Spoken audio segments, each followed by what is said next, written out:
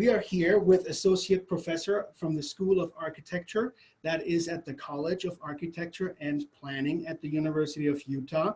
She's teaching a bunch of cool stuff, including women builders in camel cultures. That's just one of the many, many subjects she has.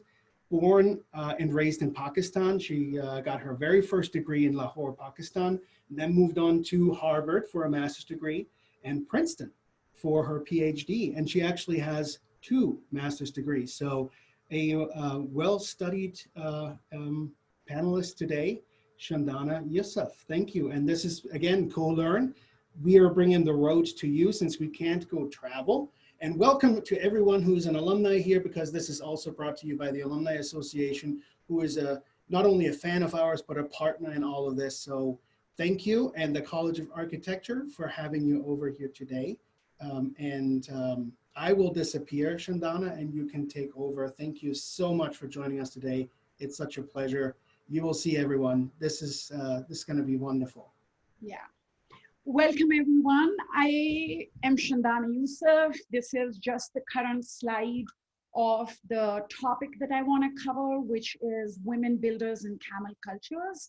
And I'm going to look at 2 cultures. One is the Al-Mudra women, and then Thorig women builders. You can see that they are in the Arabian Peninsula, Southern Arabia, and the other one in Saharan Africa. This is just the write-up of the abstract that I shared with Christoph. Thank you, Christoph, for actually inviting me to this talk. Here you would see, this is just how I have arrived at this work. The image on the left is me. I am actually a post-colonial, I do post-colonial scholarship in architectural history. And my focus is to look at the history of technologies and their impact on architecture and kind of globalization. So the book on the left that you see, which is the cover of my first book that came out of MIT Press from 2014, Broadcasting Buildings, which looked at how post-typographic orality, meaning orality after the printing press, transformed the discourse on architecture in the late 20s, all the way to the end of Second World War, especially as Britain is transforming from a colonial empire to a welfare state, and how the whole conversation kind of moved to the conversation about the responsibility of the state and how to educate, or I would call bourgeoisify, the working classes in England.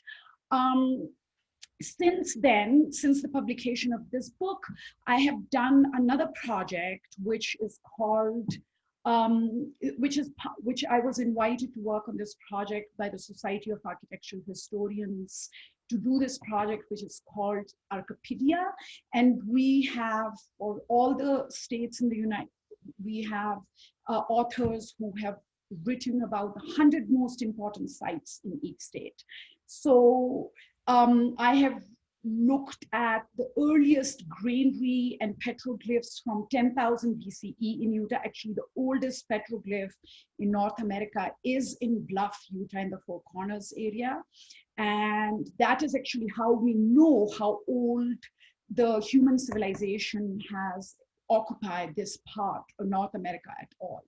And so I've written from everything from then to infrastructure, from oral societies to written societies in United States. In addition, I run a journal, Dialectic, in which you can see that I talk about like high and low tech, because as a scholar of post-coloniality, one of the things that I have actually done is to undo the barriers between kind of high art, low art, east, west, architects versus non-architects. So as we undo these dichotomies in the kind of Eurocentric canon that emerged since Enlightenment in 1750 onwards, we have done kind of really, architectural history has really become much richer as a way to understand, as a lens to understand different cultures and their contribution to the history of civilization. So today, what I want to do is to talk about the camel cultures, two camel cultures. And the reason why I'm looking at camel cultures is that I teach a course on history of early globalization, and I look at how earlier technologies of globalization transformed the history of architecture.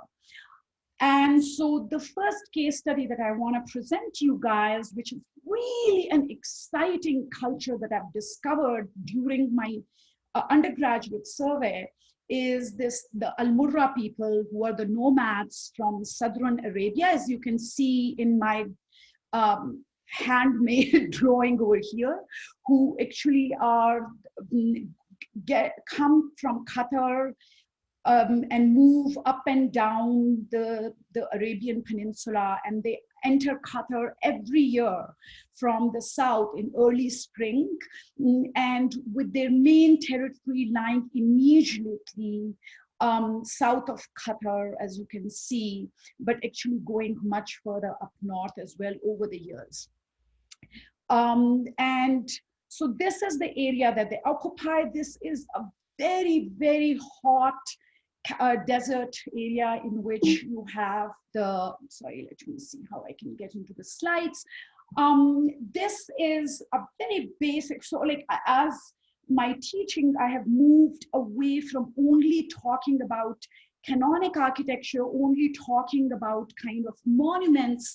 And one of the reasons why I, and a lot of my colleagues in architectural history across the world now are doing, is to talk about, if you talk about only imperial architecture, then you only understand the world through the lens of the powerful and the empires, and you never understand the world through, and you don't even develop a language to understand how communities from below, right? So kind of grassroots and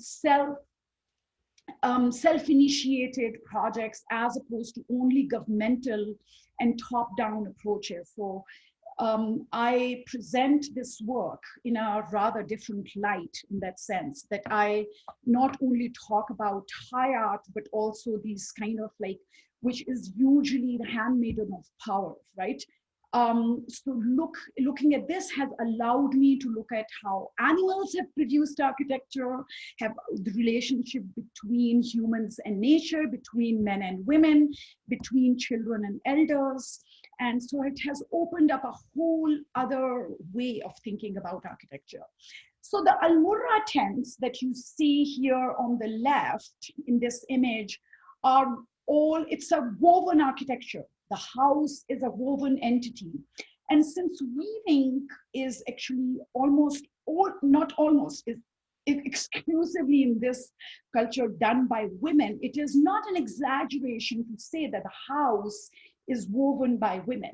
So it's a woven architecture, and they not only weave the roofs and the walls and the floors, but actually also almost all the furnishing and the clothing and everything in the house that goes around.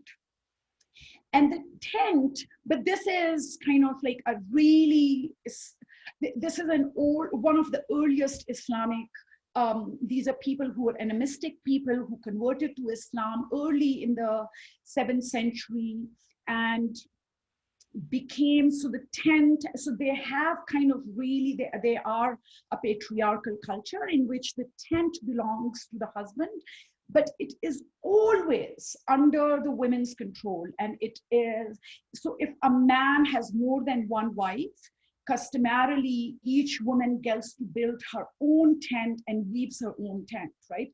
And what is really interesting here is that these tents are actually waterproof because they combine goat hair together with camel hair. The dependence of this culture on camels is far greater than any other camel cultures, which I will show you how camel actually completely animates every aspect of their life, including their attitudes to Quran, their attitudes to Islam, their attitudes to landscape, their attitudes to gender. And of course to architecture. So this tent that they weave it is a peculiar type of, it has peculiar tensile qualities of goat hair that makes the tent black. Goat hair is a very interesting type of a material because it actually, the water doesn't penetrate it. So the water, just like plastic, slips all over it. And then what they do is, but it's very hard hair. So what they do is they combine it with camel hair that gives it a kind of softness, and the camel hair is much shorter. So it's these two types of hair that makes this camel.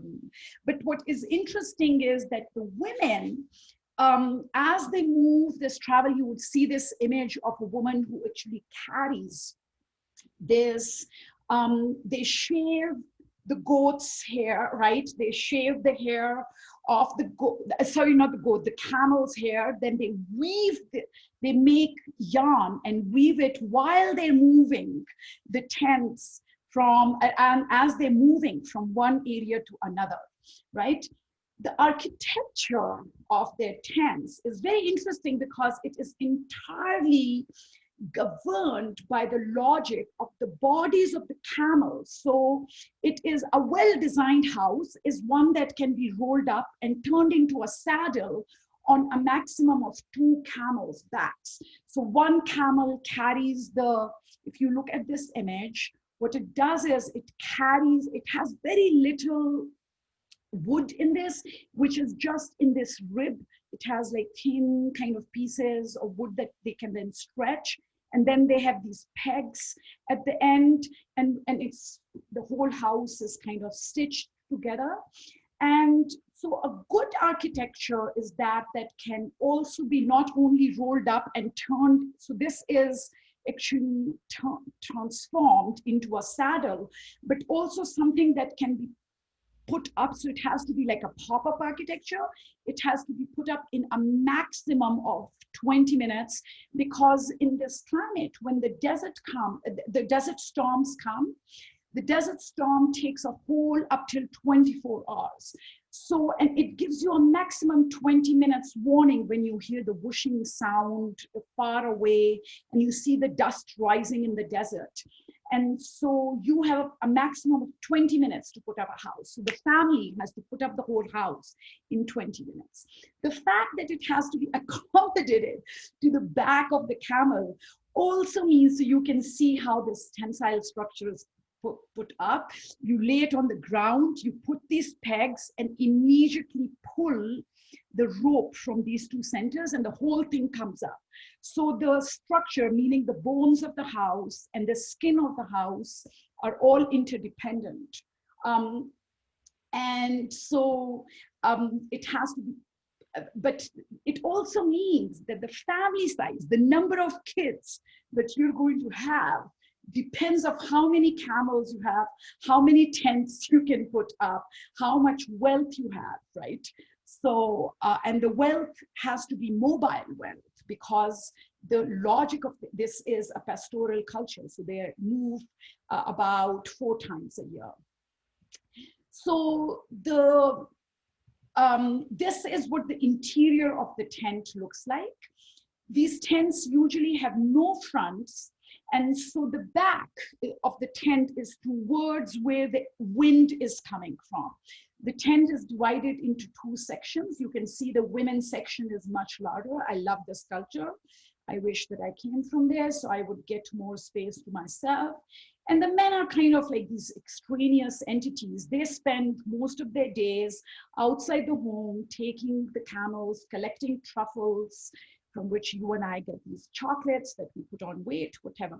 And, but you would see that the women's side has like these, the area for where they put their water, and these water skins, they have these dividing curtains. The curtains are actually here shown to fall on the ground, but actually they don't fully touch the ground, so that they don't get, so their wear and tear is not very high.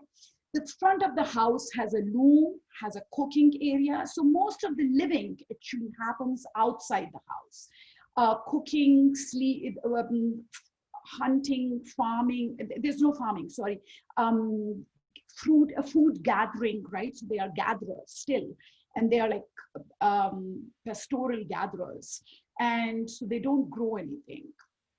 These are actually really interesting elements that they build together. You would see, so the children's section is also on this side. And this is for men when they come in the evening, they have their friends over, they get to cook themselves. I love that the women don't have to cook for them. They make their own tea, their own stuff. This is far more egalitarian than your culture and my culture, let me tell you, meaning the sedentary cultures, right? So this house is actually not very high. It is just the walls are like 3 feet high. So that the women can reach them. The women pitch the tent and they can raise them. It is really important for women architecture in these cultures to be actually very lightweight architecture. And the whole structure is sewn together. So it is coming out of not traditional building crafts, but out of other crafts like sewing, stitching, knitting, and carpentry, and actually tying things together. There's very little wood in the frame, as you guys can see, very thin structures that even kids can carry and take it on to the camel sculpture. This is an example of a purely tensile structure, meaning that as you pull these strings, right, the whole thing pops up, and as you untie the strings, the whole structure comes down in like 3 seconds. So all of the tension of the skin is collected in a kind of in these few compressive members, which are these folds. And the cover of the frame are kind of the cover and the frame are interdependent. This is neither can stand without the other. So, and this interdependence, Prophet Muhammad used to call marriage like a tent, that the husband and wife, the marriage is kind of the relationship between a kind of black tent, that it is the two rise together, the two fall together, the two travel together, the two kind of come together. So I don't know, my marriage is not really like that. But anyways, I'm quite independent. I'm more like a mat tent than a tensile tent. So this, I love sharing this image, even though it has like a ink slide text on it, but sorry, this is called a stamp, right? But what I love about it, that even though they're indoors and the mother is like also cooking, stitching, weaving, building, so she takes care of all these things, right? And then the boys also have to learn together with the mother, just like the girl. And then you can see they have no use, the kids have no use for the shoes. The shoes are on the side. It's like an extraneous entity. But now, because this is a contemporary culture, you would see that she has this oil that comes in a metal tin. But traditionally, they would only use the oil that comes from the body of camels. And from the camel milk, right? So animal fat together with, here is an example of the kind of the self-renewing house. And I want you guys to think about this idea of mobile architecture, not as a temporary architecture, the way a lot of us think of like our camping stuff. It is temporary. You put it, you use it, and then you take it away. This is not the case in this case. In this culture, the life of a tent cloth is 5 to 6 years, right? But the same tent is used for the entire life of a married couple's for their lifetime.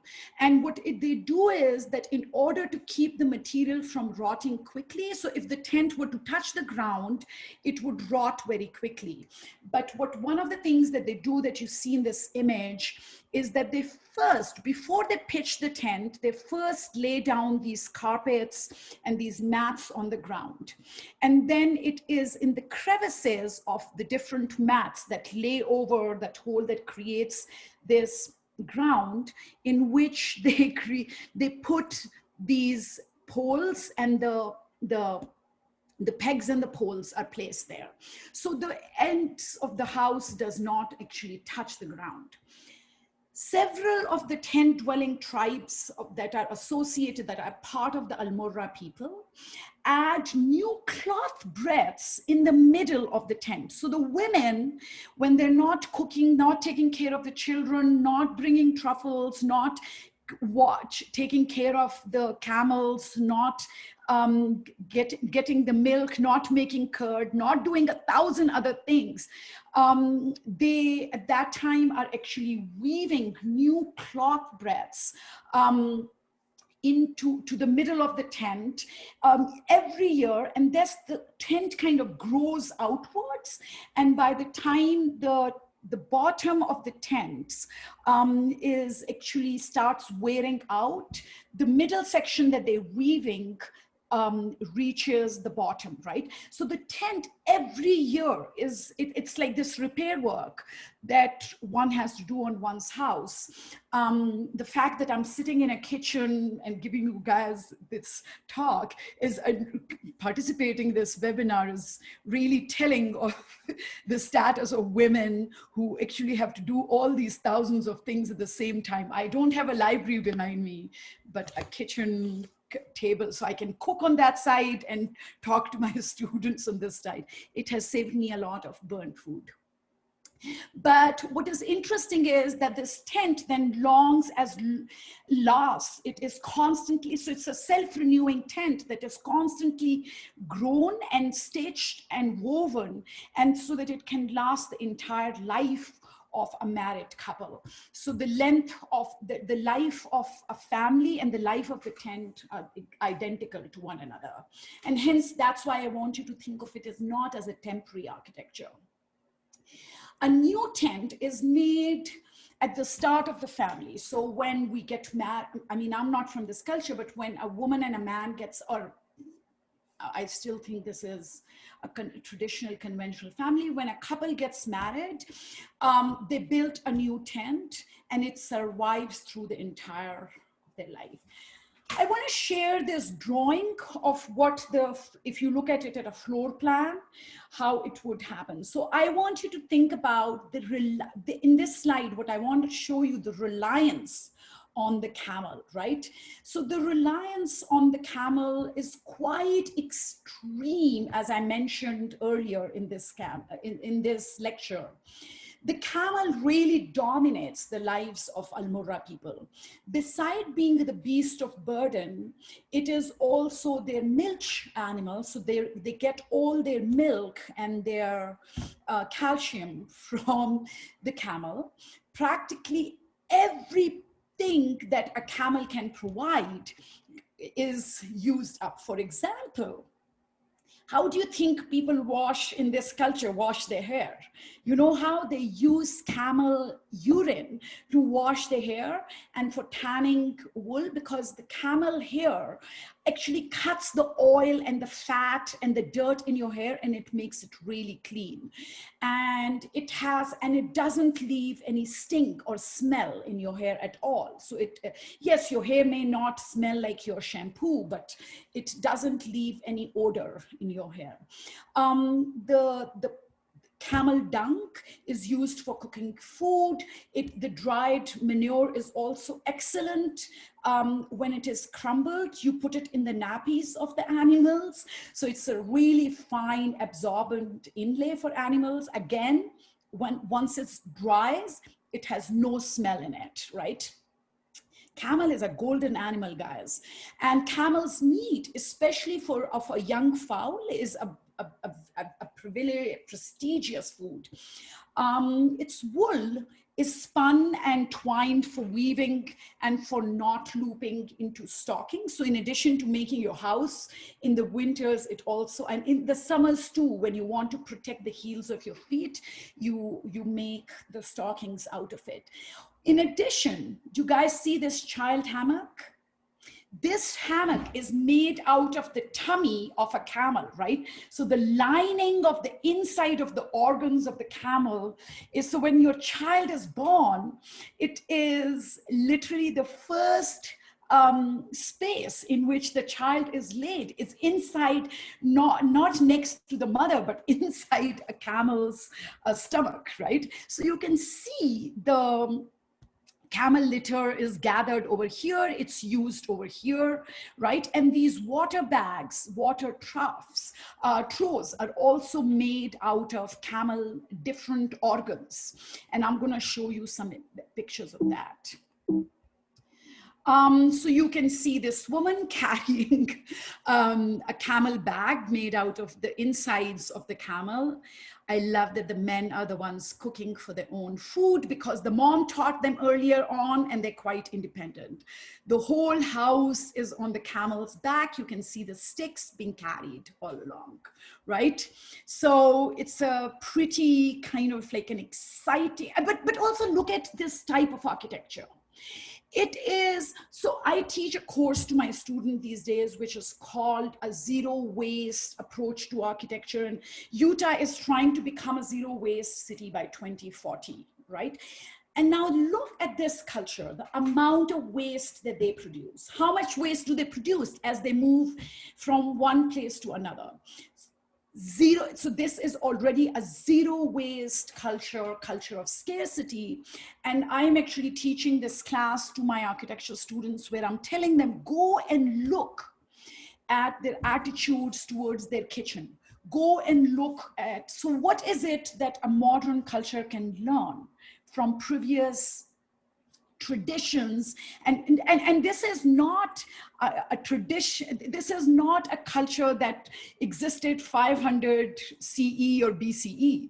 This is a culture that is still extant. Modernity is doing a really fantastic job of destroying their livelihood, their land, their borders, and making life as difficult for them as possible. That is what modern nation states have done in Afghanistan, to the pastoral cultures that move between Afghanistan and Pakistan. That is what it's done to the next culture that we're looking at. So the modernity is extremely hostile to these cultures that are almost zero carbon emissions, almost zero waste, right? And as if we have nothing to learn from them. But I tell my students that this is a kind of fantastic, I am gonna, please, yeah, feel free to put, so the clan, so there's a question from Dean Brooks, how large would a family or a clan be? And how many camels does a person would have? On average, a family is no more than 2 to 3 children, and a clan is a maximum of 7 to 9 houses. The reason is that the size of the clan, and each clan has a maximum of 2 to 4 camels, right? Unless you have now gotten oil money, so now that the camels have become kind of like have entered into carbon economy, a whole other thing has happened. But there's a maximum of 7 to 9 houses. And the reason is because this is what determines their access to water, right? So these camels and the cameliers, what they do is they train just one camel, the alpha male. So even though, and camels, I don't like them as animals because they're very patriarchal.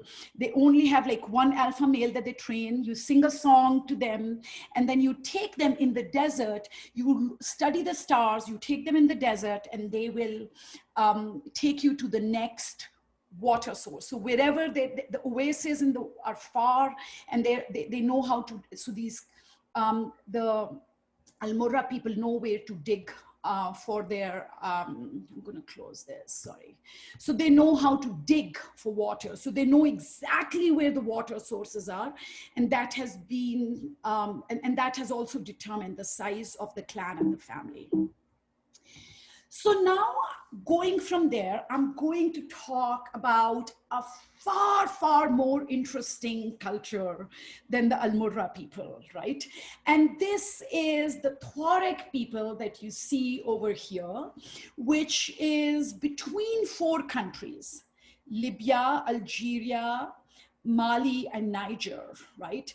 And I don't know whether you guys know, but the Africa before 10,000 BCE was an extremely green, one of the greenest places in the world, right? It was basically, most of it was savannas, and then there were dense forests. And so there were no camels in here. Have I told you guys where camels come from? So camels originally originated in the Paleolithic era in the Americas. And they arrived from Americas into Siberia, right? And in Siberia, the camel is, I think it's a 2-hump camel. Is it a 2-hump camel? Yeah, it's a 2-hump camel here, which is the cold weather camel. And this camel has existed in the Arctic much longer than, so only when Africa started becoming much, much hotter around from after Holocene, which is the last ice age, and it started getting warmer from 10,000 to 3,000 BCE. And there is a kind of a desertification of North Africa or sub-Saharan Africa. This area had, do you see these lines? These are rivers, right? These rivers dried up, and so they could no longer reach the Mediterranean, or they could no longer reach the Atlantic Ocean. And the bottoms of these rivers developed salts. And these salts, so the Thorig people actually started collecting these salts, and they became traders of these salts. And salt is the gold of like 1000 BCE. And it is around 1000 BCE when these people actually come and dominate this area that the camel was domesticated. Before that, camel was only a food, right? And it is after 1000 BCE that they discovered, oh my God, we can sit on a camel. But the camel that's in the Arctic is radically different than the camel, and the technology of their biological technologies are entirely different. So this camel is a single hump camel, and the Arctic one is a double hump camel. This camel cannot, so the single hump camel, which is the hot weather camel, is a radically different technology than the cold weather camel. It has different type of hair, it has different lungs, it has different perspiration abilities. And you know, like one of the reasons the camels are so intelligent and are able to traverse the desert are because camels they don't perspire like you and I. So, and their body's temperature can rise up much more before they get feverish. So it's not that they can store water, but they actually don't use up water. So they would drink a certain amount and they can stay in that water for that, with that. So this culture, which exists, and actually it is these people whose kids were, since the 1960s, when there's a rise of anti-imperialism in North Africa, there's a rise of kind of pan-Islamic consciousness that emerges in the Islamic world, East and West. The Gaddafi, for example, was murdered by these people, right? By his own people, because what Gaddafi did was, in order to resist the imperialism of the French and Europeans into North Africa, he would go and they would kidnap their children, bring them, force them into the military. The same thing that what Americans, Anglo-Americans have done with Native Americans, to actually steal the children of indigenous communities and make them a part of the quote-unquote sedentary modernized cultures and alienated from their traditional ways. Okay, so rock engravings tell us that Thorig, and the word Thorig means people of the whale, right? Whale, I'm sorry, I'm South Asian, so I can't pronounce the difference between a W and a V. But they have occupied this area for about 1000 BCE, and the same time that they domesticated the camel. So Tuaregs are like a bunch of different people, and they have progressed steadily southward. So they existed near Libya, near North Africa, and have moved slowly where these dried salt riverbeds have been. But what is amazing about this culture, and that's why I'm calling it a women's world, so these are people that I'm going to explain to you, but so they exist in these different groups, but they are a matrilineal, though not matriarchal culture, right? What is amazing is that the origin story, and so they combined, they became Islamic around 900 CE, but what they did was, they combine a lot of older shamanistic animistic traditions, combine them into Islamic traditions, which is really, really exciting. But to me, the most exciting thing about this culture, why I want to belong to this culture, is that unlike most of the Muslim world, it's not the women who hide their faces. It's the men who wear the veil, right? So the veil is not for, and it's the women who own all the property, not men. It's the woman who chooses her husband, not the man chooses his wife, right? It's the woman whose house the man moves into. She goes to his house, brings him, makes him sit on a kind of like this dolly that comes. I'm going to show you some images.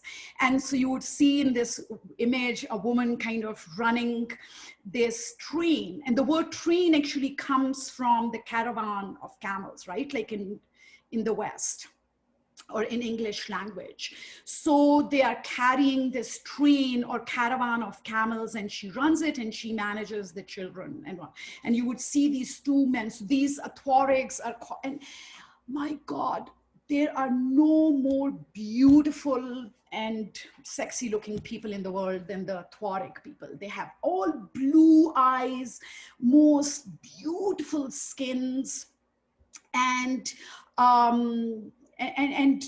God knows, like National Geographic has kind of exoticized them to the nth level. So if you want to look at the Thorig people, beautiful images, women and men, the sexiest people, but sexiest also culturally, that I'm going to make an argument for.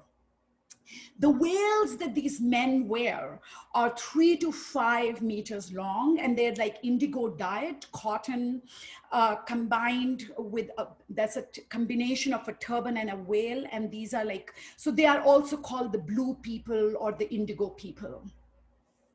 And their origin story goes not back to a king, but to a queen called Tinhinan. And there are these beautiful petroglyphs that you can find in this area. Okay. So this is a map of their territory on the left, right? And these people have 2 types of tents. One is this called the camel tent, which is all made from the camel skin that is stretched, not from the camel hair, but camel skin that when it is fresh, you stitch it together into this form, and you can see the lines of stitching here. And then you have the poles over here, and the structure is similar to the Thorig tent, meaning that it is a tensile structure in which the poles and the skin, or the structure in the skin, are inseparable from one another. They're connected to one another. And this tent is we call this the skin tent. And if you see, most of the Tuareg people use this type of a tent. Now then, the mat tents that are this tent that you see, which are also built by women, you can see also taking care of the kids. This is a different type of a tent. And this is, sorry, And this is only on the Eastern Territory that these people occupy.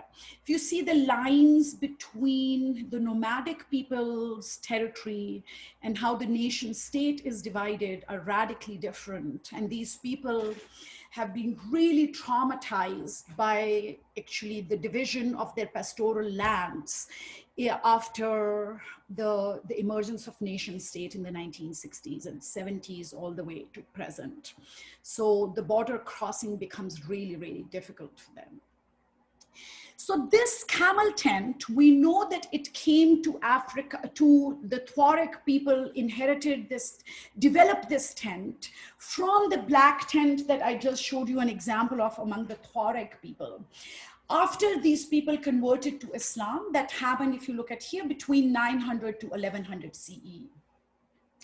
And the conversion to Islam can be traced through the northern Thorigs' use of the black tents raised on these steeples. So they have like this T-shaped, they have this T-shaped pole that they raise, and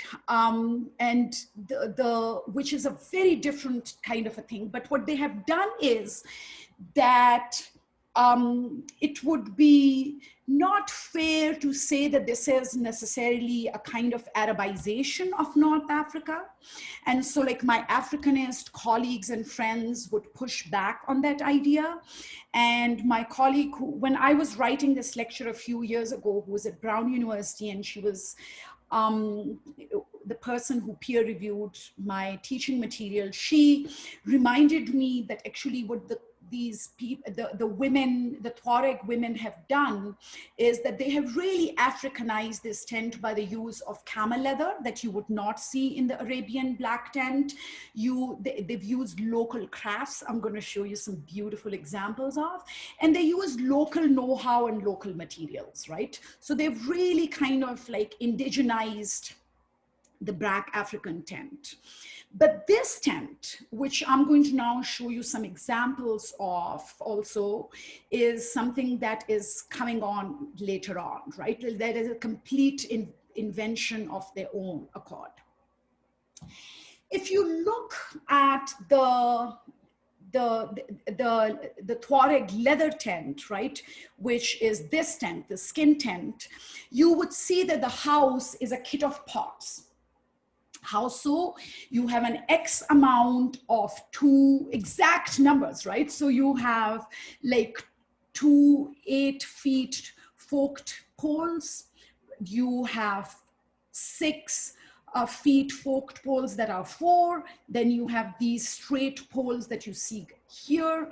You have these 1 to 5 feet pegs. So these poles are these ones that are tall, and then this 1 foot to 5 feet pegs that you see here are there. Then you have like this 4 feet high and 24 feet long mat that they just rotate or circulate around the house with a front open, right? And then the cover is with this large tent cover.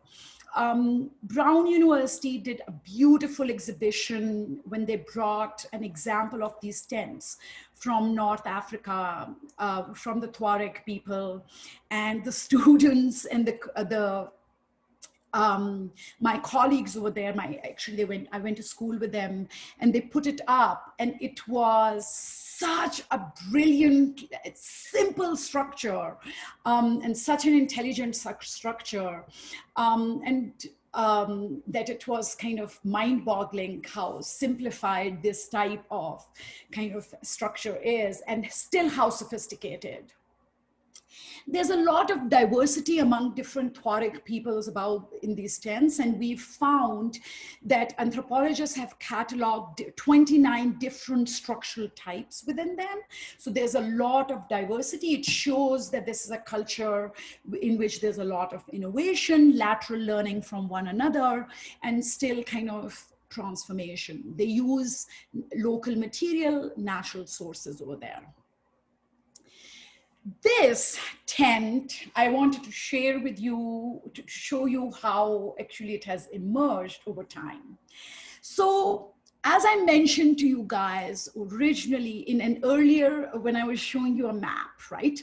So the Thorig people, and actually a lot of North African people before the drying of Africa, when it was savanna lands, these were agrarian people. So they were sedentary cultures. They were village people.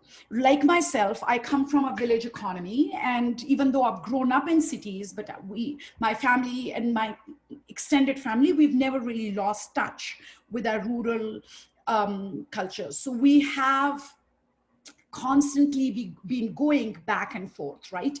And so what happened in the Tuareg people is that they were originally sedentary people. They had become sedentary because it made a lot of sense for them to be settled. They could grow maize, they grew millet, they grew lots of different types of seeds and stuff. But what happened was that when Africa desertified, right, or there was desertification, they became pastoral people afterwards. So usually when we think about the history of civilization, centered by, which is usually written by writing cultures, not oral cultures. So that history centers around the experience of sedentary world and culture. So the history of the world that I was taught, man was first a hunter-gatherer.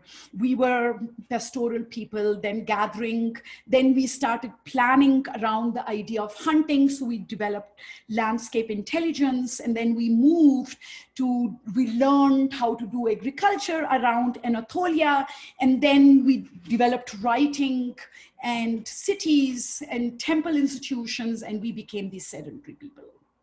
All right, the Tuareg people show us all nonsense, right?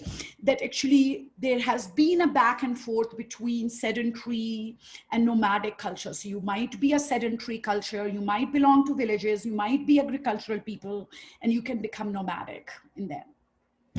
So these people take the idea of sedentary architecture, which is permanent architecture in a place, it's a place-based architecture, and turned it into nomadic architecture. How so? What they do is that in some of these cultures, you see that these actually quite involved structures. So they would leave the tents, the frames in place, and only carry the mats. And they leave the frames in place in a particular pastures and particular oases. And then they come back to them year round year. And then so they have like these different frames that they leave. And this anthropologists believe that this has to do with the fact that they knew how to build permanent structures that are fixed in place. So these are, I would say, some hybrid structures because they leave the frame and they carry the mats alone. Now, and what they do is the interior, what makes them kind of indigenize them, that they use these particular kinds of different types of poles. And one of these are these poles that they put inside. Now tell me, can you guys see two women with two braids here and two men hiding their face? Can you guys see the anthropomorphization of the poles, these structural elements? And a lot of these, not in this example, but a lot of these contemporary, I have found examples in which these things, which are structural elements that thicker on the top, thinner on the bottom, because they hold up the poles on the roof, a lot of them have Quran written in oral language turned into written language around the 19th and 20th century. So as these cultures became written, the Quran was also, so a lot of them have Quranic text on them, and they also fold up. So some of these, actually, maybe I think I have an example of them of how they fold up. And also at the bottom, what you would see here is like, here you have some patterns, but here you would also have, in the more contemporary examples, you would have Quranic text written on them. So when you're lying down in your camp, you can see the word of God right on top of you, mixed with animistic patterns of sun, moon circulations, of particular cosmological beliefs that are pre-Islamic.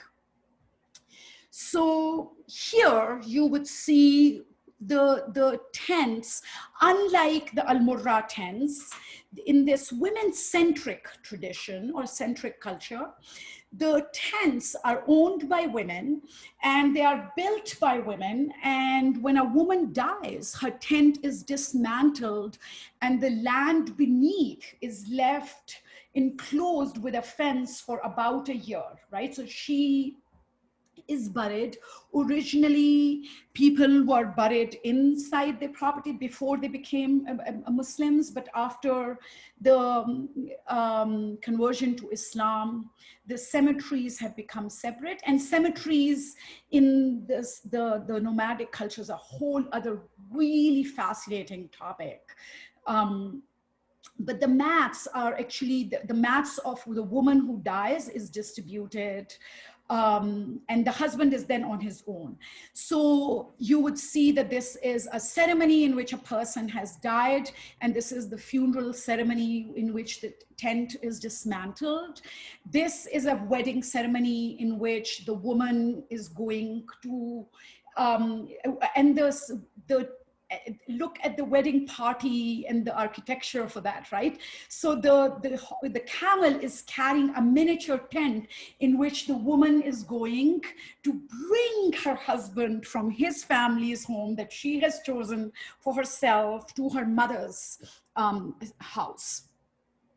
Right? And you would see these, like, all weddings in almost every culture are women centric.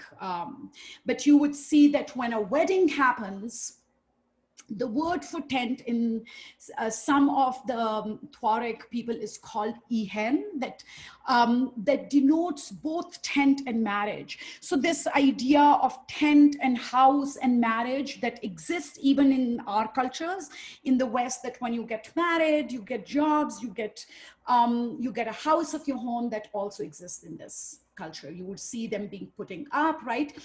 And once a marriage is arranged, a crucial symbol of this kind of union, you would see that there's a special ceremonies happen, there's a greeting of the tent, and the covering for this tent is made from date palms leaves, which when wet are woven together, and they have given these patterns, and the frame is kind of independent of it, so they can be separated, like your skin being separated from your body. I love this idea that the man moves into the woman's house so the mother-in-law can keep an eye on them. And what you would see is it is really amazing. So a man cannot divorce a woman. It's the woman who has to divorce the man, right? The only way he can get away from his quote unquote wife, not quote unquote, from his wife, is actually by running away, meaning he has to leave his family, he has to leave his house, he has to get away. What does a woman have to do to divorce her husband? Just put his shoes outside the front door. I love this, right? All you have to do is put his shoes outside the door of your hut. Everybody knows he's no longer welcome. He knows he's no longer welcome. It is now official, very simple, right? And so life made simple, people. So it is, it's usually, so this, though some compounds may have mud houses, the tent remains the kind of centerpiece, this movable tent remains the centerpiece of the compound, right? And it will be usually located near the woman's mother's compound, and she can combine her livestock and with her mother's livestock for the first 2 and 3 years until, and even though the woman chooses a man, it is the man, I love this, it's the man who has, this is a world turned right upside right side up, right? So he has to pay the bride's wealth. So he has to pay the mother so that he is then allowed to build a house for his wife, right? It is really cool. So, my God. So only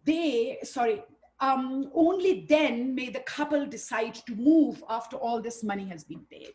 It may be used, however, right? So the Thorig women kind of, so just like the Thorig, it may be said that the tent is how the Thorig women mark their space, just like in Muslim cultures, the mosque and the meeting places are male spaces. The Thorig, the campsite is a woman's space. So this is just the frame standing in place. The tent has, the covers has been removed. This is the material, literally the roots of the tree, from which when they're wet, they're cut, they're put together, they're given a shape. They're given this shape, right? And when wet, and when they dry, they keep the shape, and then they're moved, and they're used. How is a tent put up? The first thing that you do in a tent is, after you find a space, is actually to put a bed. So the first thing you do is not to build a structure, but actually to put the furniture. You put all the furnishings around the bed, and then you build the structure all around it, right? It is really the world right side up, right? I would say. These are made, the bed also is a kit of parts which is being sold. So it's really easy to kind of move around. This is how the bed is built. So every piece of furniture can be dismantled, reduced to things, so that it can be again folded, turned into kind of a horse on top of it. Can be put on top of the camels. So the tent, again, you have see the mats being folded up, carried in a tent, right? This is in cold weather. You would put the tent surfaces down, you would put the walls up. And so just like you in your house open curtains or blinds, all you have to do is just unfold the walls, and the whole house folds and unfolds around it. This is a really interesting Thorig colors, these, which are very similar to the colors of the Navajo people here in Utah. And you would see them being put up, and so this is the saddle that goes up. This is also the way that, so the saddle turns into, when you put it on top of a camel, it becomes a saddle. But when you remove it, you know what you can do? You can put the Quran, open up the Quran, and you can read it on top of it. Everything is multi-purpose. Nothing is dumb. Everything is super intelligent. I'm going to close with this site and finish this lecture and talk about how these tents are designed to become invisible and blend into the landscape, because there have been a lot of attacks on these people by other competing tribes. So it's a way to actually just merge so you can't be seen. And actually, this has been one reason why the modern nation states of Mali, Algeria, Niger, and Libya have not fully decimated them, is because they can't find them in landscape. The aeroplane can't fully show them, because when the aeroplane or the helicopters fly very close to them, they raise so much dust that they actually can't find these very easily. So it's a way to camouflage yourself, I would say, from the hostile forces of modernity. And so, but also these tents are very clever in terms of being very smart. They can withstand very high winds and temperature. The gentle rolling curves can be mistaken for sand dunes from a distance. And so this is actually a photograph that the Getty photographer took with drones and not through an aeroplane, from an aeroplane. So it was, now that the military would have figured these out, their days are numbered of the Thorig people. But inside the tent is a whole other world, right? There's lots of color on the interior, colored leather fringe hanging around. They have tapestries and the roof skins that flutter in the breeze so that the roof is in, it appears as if it is in constant motion. I'm going to end, sorry, what happened? I don't know how to get out of it. So I want to stop the screen share. Sorry. All right. So I think like what I have been trying to show in this lecture, I see that there are a couple of really, that you guys have some questions, but what is really interesting to me about these two case studies is that they belie the history of architecture, which says the women became architects only in the 1950s and blah, blah, blah. But actually women have been builders, architects, designers throughout the history of civilization. You just have to use a different lens to look at it, right? So I'm going to end here. If you guys have any questions, I haven't been following the chat. Please, Christoph, if you think you would like to ask, forward some questions. Exactly. I forgot to mention at the beginning that everybody has a chance to just plot your questions into the Q&A in the chat, and we'll get to them at the end. So this is what we can do. You could either read them out, or I can read them out for you, and we can go through the questions chronologically. Apparently there's a lot of them. And thank you for doing this, because I learned a ton. Yeah. I do have some follow-up questions, but I'm suspecting that some of these guys will tap right into the stuff that I was floored by some of the information I've never heard before. I've heard of the Tuaregs, but not of the Lamura tribe. So yeah, let's get right to it. Would you like to read it, or should I read it? Yeah, I think I can read it. So Bob asked a question about what the poles, what kind of material the poles are made out of. I'm actually not 100% sure. I do know one thing, that they are not made, I have a feeling that they're made out of neem, which is a particular type of tree that grows in the desert, but I know that they're not made out of date palm. Date palm is usually the material of choice for permanent, like mosque architecture. So like, so I think it's very, and neem is really amazing because it doesn't get any, it is NEEM.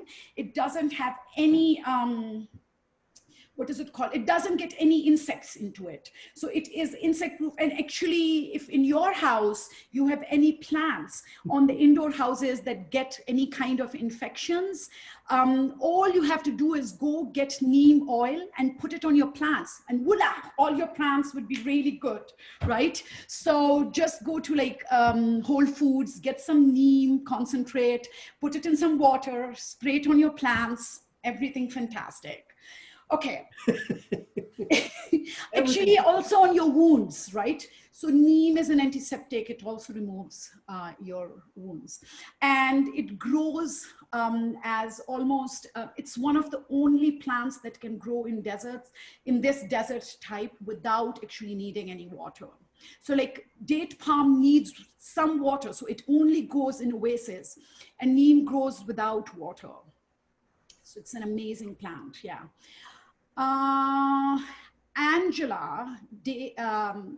Angela asked a question: was there a private space for couples to procreate? No, there is no private space for couples to procreate. Actually, in most village worlds and these spaces, what happens is there's a common area. So your choice, your time to have sex is only when the kids are young, and then you have to be shameless or whatever. So even today, in most village worlds where they have like one common space, in horse cultures like Mongolia, there's no special room. So this concept of privacy is radically different from our concept of privacy here.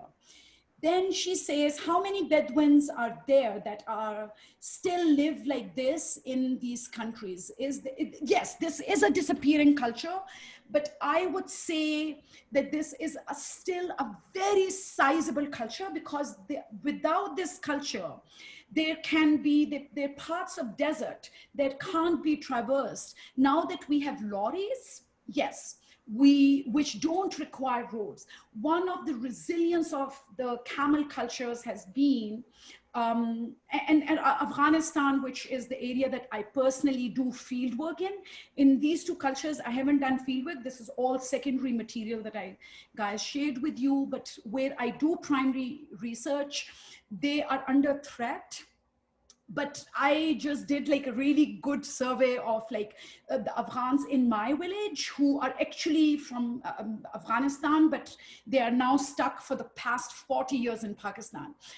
So what those guys do for us, Angela, is that they bring in these. So for example, our village people not only depend on them for milk and for meat, but actually they are these cultures are far richer, these communities, than the people who are exploited by landlords, large landlords, because each animal can get you like $1,000, which is a lot of money in a place like Afghanistan or Pakistan, in a village place.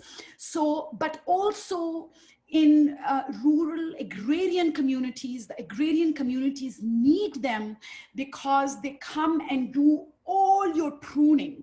After you cut a crop, all the pruning and getting rid of the weeds is this, and it is a win-win on both sides. Okay, then there is, so, but it is extremely still under a lot. There are actually World Bank projects that are actually promoting nomadic culture, pastoral cultures. And there is a lot of work that is happening in coming out of Germany and coming out of the UN organizations that have, and especially out after the climate change kind of move, there's a lot of attention to these cultures. Then Michelle is asking a question: how do the Al-Mudra people transport the furniture? Yes, all these tables, beds, and mattresses, everything is dismantleable, right? So you will carry your bed, you will break it down into just a series of poles with mats that you fold up. I have actually traveled with some of these people, not in this part of the world, but I've traveled with them in Pakistan, and I actually did a border crossing with them in Afghanistan to look at how they do this. And then she's asking, how do they determine their travel routes? So their travel routes are something that are actually set in stone for about 1,000 years already. And these are travel routes. The camel people are one of the best astronomers in the world. Astronomy literally comes out of these indigenous cultures that are still intact. And they study the stars and the moons, the stars and the movement in different time of the year, through which they actually follow. And what they do is, these are oral societies. So what they do is they mark on their body different parts, right? So they'll say like, oh, so they like, this is a well, this is a root, this is a dune, this is something else. So they mark on their bodies through language so they can remember trade routes when they're going to one place. So the body becomes a kind of your text on which you remember all these things. Okay, how did the camels get from America to Siberia? So let me tell you, so the camels in Americas were 100,000 BCE. They were the size of rabbits, right? And at that time, we believe that there was a kind of a crossover from, so there was, because they have been we've had how many? 7 different ice ages. So we believe, and the last ice age was around 11,700 BCE. So we believe that the animals migrated both directions, not humans, migrated both directions. They died in Americas. And here in the Arctic, they grew to like large sizes, right? So they became kind of like the children of the dinosaurs in a way, but they are much later. So and then we do believe that the 2-hump camel is before the 1-hump camel. Any chance you could bring the skin tent? Oh yes, absolutely, Corey. I would love to do that. Actually, that's a traveling exhibit. And if I can do some work with the UMFA or Museum of Contemporary Art, I would really want to make an argument that this is not something that is quote unquote just traditional. This is something that is very contemporary. Let's work on it, Corey. So, oh, Corey Jensen, I know who you are, Corey. Okay, all right, Corey is my colleague. So love the polls and thanks for, okay, that wasn't a question. So what happens to the frames that are left behind? So Linda, the frames that are left behind are usually left behind to, so these people now live in places where there are also sedentary people living there. So they live close to village communities, and usually they leave them in place and they make the village communities responsible for those things. And they just like, they come up like, I'll bring you X amount of milk if you take care of our tents. So that is usually what happens. Sometimes they fold these tents and leave them in a neighbor's house, which is, so there is a lot of conversation between the permanent communities and the agrarian communities and the moving communities. Patricia's question is, because camels are needed, is that a question? Because camels are needed for moving, etc., are there some that are raised for their skins to build tents, or are the skins and stomachs harvested when the camel dies? So the camels produce, they have a lot of sex, guys. So they produce a ton of babies. I hope there are no youngsters on this conversation. I'm thinking nobody under 18. So not that under 18 don't know about sex, but what happens is you can't have more than an X amount of camels because it becomes a liability for you. So there are camels, if they're more, usually what you do is that you would harvest some camels, or you, not harvest, sorry, there's husbandry of certain camels that you use for food, and some camels that you use for skins. But the idea is that you need a particular age group to harvest the skins. So you do slaughter the camels. Okay. Seems like FEMA could learn.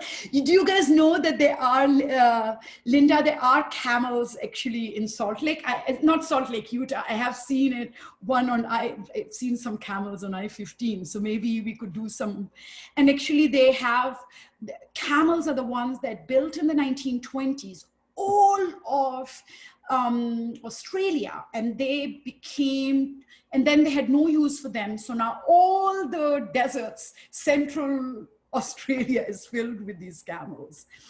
Okay, so there are oases. They know exactly where the oases are. And this is a question about truffles. Stephen, so these are people who go to the exact same locations every year, right? So to keep the ecosystem in place is really important to them. So the truffles grow in specific pastures and they follow them, right?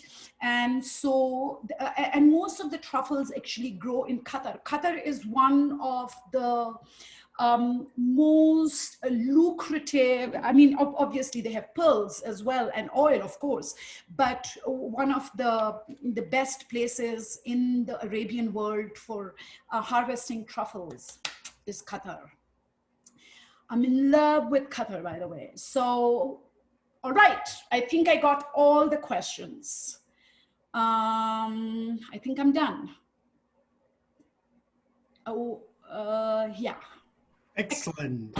I think I believe you skipped only a little bit further up. There was another question about the intimacy and I talked about sex already. I did answered that already. Yeah. Absolutely fascinating for sure, and enlightening, especially. We don't hear about these cultures enough, and especially under the lens of architecture.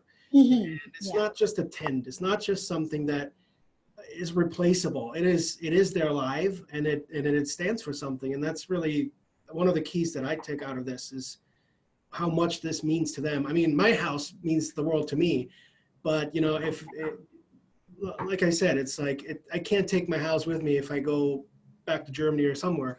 So we're so much more used to now the real estate thing. I'll get rid of that, downsize or upgrade or whatever, and that just doesn't exist as such in that culture, and that's wonderful. The notion of property as fixed entities does not exist. But I would end this conversation with Linda Wiseman's kind of suggestion that we can learn a lot from these cultures. And I think like one of the things that I have tried to do in my post-colonial approach to architectural history is to do lateral learning, right?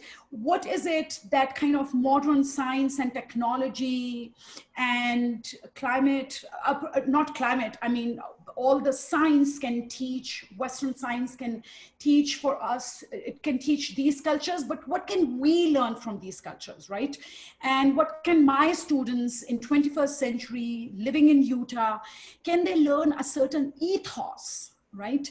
That the world doesn't have to be, that women's emancipation is a far more complex phenomena, that women's creativity is a far more complex phenomena than only understood through a kind of a Eurocentric Western modernity lens. There is such richness in the world that only if we take off kind of the what European education or Westernized education has done. I mean, I'm educated in that tradition, but what it has done to the way I look at the world, right? So that would be like my last takeaway for you guys. A great way to end this. And I want to thank you on behalf of everybody. Most of them are still all there. So thank you very much. Thanks everyone out there who joined us today again. Go Utes, right? Yeah, yes, absolutely. All right, thank you. There are other questions that I didn't get, but I'm sorry, I can just post them, yeah. If you ever were to return, what would be another subject that you would like to have people learn more about? You know what I would love to do living in Utah? I would love to talk about the indigenous cultures in Utah. I would love to give a lecture about the Colorado Plateau and the intelligence, the landscape intelligence of the Navajo people, but also earlier kind of Puebloan people. You heard it, people. Stay tuned. All right. Thank you, guys. Thank you so much. It was wonderful. Take care. Yes.